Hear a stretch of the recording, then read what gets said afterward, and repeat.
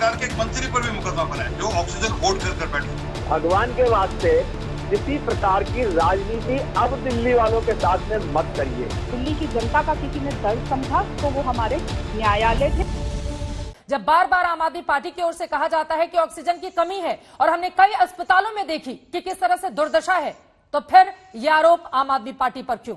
RP Singh ji, सच ये है कि अब ऑक्सीजन की कमी दिक्कत उनकी पूरी हो गई। अब दिक्कत नहीं है ऑक्सीजन की, कोई दिल्ली में दिक्कत नहीं है। अब नया कुछ ना कुछ बिखेड़ा शुरू कर दो, कुछ नई बात शुरू कर दो और अपनी जो कमियां हैं, अपनी जो दिक्कतें हैं, उनको छुपाने के लिए कुछ ना कुछ नया करते रहो।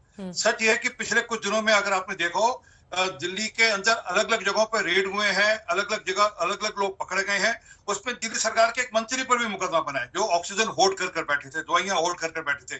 देखिए चित्रा जी, मैं आरपी सिंह जी से आज हाथ जोड़ के एक निवेदन करना चाहता हूं कि महोदय, आप जितना भी क्रेडिट है वो आप अपने बस्ते में डाल लीजिए, हमें कोई आपत्ति नहीं है। भगवान के वास्ते किसी प्रकार की राजनीति अब दिल्ली वालों के साथ में मत करिए। ये मैं नहीं कह रहा हूँ, ये दिल्ली की जनता कह रही है। आरपी सिंह, आप जब बोले मैं नहीं बोला। आरपी सिंह जब आप बोले मैं नहीं बोला। देखिए चित्रा जी, अगर मुझे जवाब देने दीजिए। ठीक है आरपी सिंह जी, एक बार उनकी बात हो जाने दीजिए, फिर आप बोलिएगा। ठीक है सर, लेकिन हम लोग भी ध्यान रखें। टैकलिंग करनी आती है आरपी सिंह। नहीं ठीक है सर, मेरा ये कहना है कि मैं जो बातें कह रहा हूँ वो बातें मैं नहीं कह रहा हूँ, वो देश के माने हुए उच्च न्यायालय और उच्चतम न्यायालय ने कही है।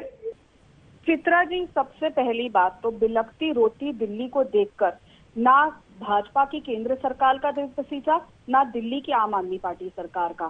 सिर्फ दिल में अगर किसी के दर्द हुआ या दिल्ली की जनता का किसी ने दर्द समझा तो वो हमारे न्यायालय थे जिन्होंने इस मैटर का सुओ मोटो लिया। और मैं बहुत धन्यवाद करती हूँ हमारे उच्च न्यायालय का और सर्वोच्च न्यायालय का कि उन्होंने इसमें आगे आके बात करी, टिप्पणी करी और ऑर्डर्स दिए और बार बार दोनों सरकारों से सवाल भी करे। क्योंकि हमने सिर्फ एक ही चीज देखी है, चाहे जब चुनाव का समय था तो बड़े बड़े वादे दोनों ने, भाजपा ने भी और आम आदमी पार्टी ने भी किए। आज भी वादे हो रहे हैं, एडवर्टाइजमेंट में पैसा खर्चा हो रहा है, दोनों कर रहे हैं। कोई चुनाव में पैसा खर्च कर रहे हैं, कोई एडवर्टाइजमेंट में पैसा खर्च करे, लेकिन देश की जनता के लिए, उनके लिए सुविधाएं लाने के लिए इनके पास कोई पैसे नहीं है, कोई समय नहीं है, ना नियत है ना नीति है। और ये बात मैं बहुत जिम्मेदारी से कह रही हूँ।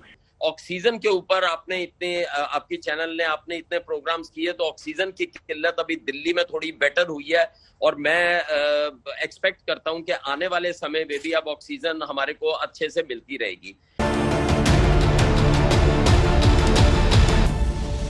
राजीव जी, ये बात सच है कि पिछले साल जब कोरोना से हम युद्ध लड़ रहे थे, हमारा देश जूझ रहा था, तो उसके बाद राज्यों ने ये मांग की कि साहब हमें अधिकार दिए जाएं, हमें अपने राज्य को अपने हिसाब से चलाने का अधिकार दिया जाए, हम लॉकडाउन लगाएंगे या नहीं लगाएंगे ये फैसला हमें करने दिया जाए। आपको लगता है राजीव जी कि इसका फायदा हुआ और जो आप कर रहे हैं, जो राज्यों ने किया, वो कहीं ना कहीं ठीक था या एक सही दिशा में वो बढ़ रहे थे या नहीं?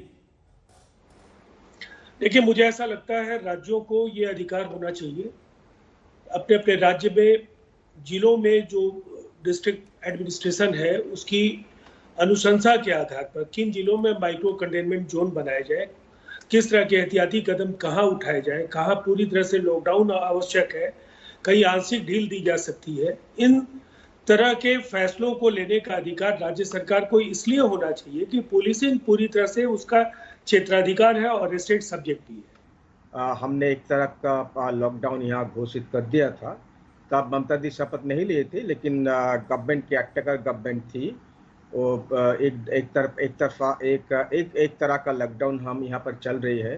केसेस भी कम होते जा रहे हैं, लेकिन अभी तक उतना कम नहीं हुए हैं। अभी 18-20 के आसपास हम चल रहे हैं, करीब 65,000 के हम टेस्ट यहाँ पर कर रहे हैं। लेकिन जो हालत है, ये हालत खराब हो सकते हैं, इसलिए हम बहुत सारा प्रिकॉशन ले चुका है। कैसे हम ये बात, मेरा एक छोटा सा मैं आपको एग्जांपल दे रहा हूँ। जो मेरा यूनिवर्सिटी है, जादवपुर यूनिवर्सिटी, वह हमने एक सेफ हाउस बनाने की कोशिश किया है और सरकार को हमने लिख के, सरकार ने तुरंत हम लोगों को परमिशन दे दिया है। हमारे देश में 750 से ज्यादा जिले हैं। आप ये बताइए, अगर किसी जिले में संक्रमण किए जो लोग हैं बहुत ज्यादा संक्रमित नहीं है और वहां बाकी जो भी कार्य है वो हो सकता है, श्रमिक मजदूर हमारे भाई हैं, वो काम करके अपने दिन की रोजी रोटी जो है कमा सकते हैं, तो उनको पूर्ण लॉकडाउन लगा के क्यों रोका जाए। और इसीलिए विशेषज्ञों की बात मानना आवश्यक है। और ये भी बात सबको पता है कि अभी सेकंड पैकेज श्रमिक मजदूरों के लिए, जो हमारे देश में गरीब हैं, वंचित हैं, उनके लिए 26,000 करोड़ रुपए का केंद्र सरकार ने घोषणा करी कि उनको 2 महीने का राशन दिया जाएगा। वैक्सीन का मैं छोटा सा एक एग्जांपल देता हूं कि फ्रांस ने 24.18% अचीव कर लिया है वैक्सीनेशन, उसके केसेस कल आए सिर्फ 19,000। जर्मनी ने 29% अचीव किया है, उसके कल केसेस आए 17,000। इजराइल ने 62% कर लिया है, उसके केसेस कल आए सिर्फ 30। यूके ने 51%, उसके कल केसेस आए 2,490। यूएस में सेकंड वेव थी, 3 लाख केसेस तक आए थे, लेकिन उसका 44% वैक्सीनेशन हो गया और सिर्फ 49,000 केसेस आए। इसमें पूरा देश जानना चाहता है कि अगर वैक्सीन की ये कमी दूर होगी तो कब तक होगी और कैसे होगी। ये सवाल सुप्रीम कोर्ट भी केंद्र सरकार से पूछ चुका है। केंद्र सरकार ने इसका जो जवाब दिया वो मायूस ही नहीं बल्कि हैरान भी करता है। केंद्र सरकार ने सुप्रीम कोर्ट में हलफनामा देकर बताया है कि यह बताना मुश्किल है कि अगले 6 महीने में देश और विदेश से कितनी वैक्सीन भारत में उपलब्ध करवाई जा सकेगी। सरकार का कहना है कि बहुत सी चीजों में बदलाव आ रहा है, परिस्थितियां बदल रही हैं जिससे वैक्सीन की सप्लाई प्रभावित हो सकती है। हालांकि सरकार ने यह भी बताया है कि सीरम इंस्टीट्यूट मई, जून और जुलाई में 11 करोड़ कोविशील्ड डोज उपलब्ध करवाएगा। इसके अलावा इन 3 महीनों के दौरान भारत बायोटेक भी कोवैक्सीन के 5 करोड़ डोज उपलब्ध करवाएगा। वैक्सीन की कमी के अलावा सुप्रीम कोर्ट ने केंद्र से वैक्सीन की अलग अलग कीमत को लेकर भी सवाल पूछा।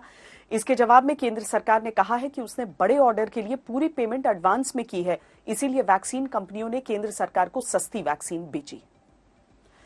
इस समय वैक्सीन ही एकमात्र विकल्प है जो संक्रमण की लहर को काबू में कर सकता है। दुनिया में तेजी से वैक्सीन लगाने वाले देशों में क्या असर हुआ है और भारत इस समय किस परिस्थिति में है, ये समझाने के लिए आपको खबर की पूरी पिक्चर दिखा देते हैं। इस समय सारे देश एक ही मंत्र पर काम कर रहे हैं और वो है कि आबादी के ज्यादा से ज्यादा हिस्से को तेजी से वैक्सीन लगा दी जाए। Israel, America, Britain, Germany, Italy और फ्रांस जैसे देशों में भी एक समय पर कोरोना की रफ्तार तेज थी। मेडिकल इंफ्रास्ट्रक्चर पर ज्यादा बोझ पड़ गया था। बेड, ऑक्सीजन, वेंटिलेटर, हर चीज के लिए अफरा तफरी थी। लेकिन अब इन देशों में संक्रमण की रफ्तार कम है और इसकी एक बड़ी वजह है सजग सिस्टम और तेज टीकाकरण।